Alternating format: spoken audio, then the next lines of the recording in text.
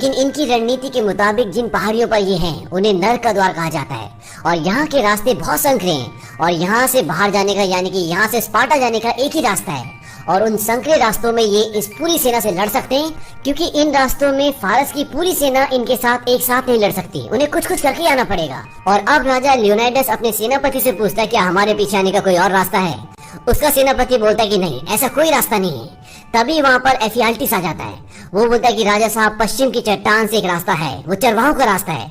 अगर फारस की सेना वहाँ से आ जाए तो वो हमें चारों तरफ से घेर सकती है। ये वही कुबड़ा इंसान है जो पूरे सफर में इनका पीछा कर रहा होता है और वो राजा से बोलता है कि मैं भी आपकी मदद करना चाहता हूँ, मैं भी लड़ना चाहता हूँ, मैं फारसियों को मारूंगा।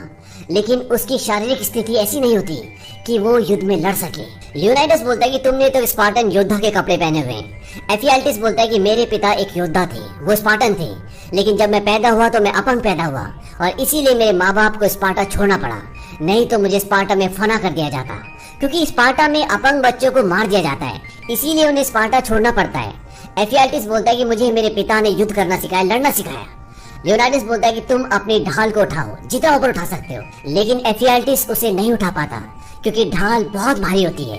लियोनाइडस बोलता है कि मैं तुम्हारी हिम्मत की, तुम्हारे जज्बे की कद्र करता हूँ, लेकिन तुम जंग में लड़ नहीं सकते क्योंकि हर एक योद्धा अपने बाईं तरफ के योद्धा की अपनी ढाल से सर से लेकर पैर तक रक्षा करता है और एक कमजोर कड़ी हम सबको खत्म कर सकती है। इसीलिए लियोनाइडस बोलता है कि अगर तुम मदद करना चाहते हो तो जंग में जो जख्मी हो जाते हैं उनकी मदद करो, ये एक बड़ी मदद होगी।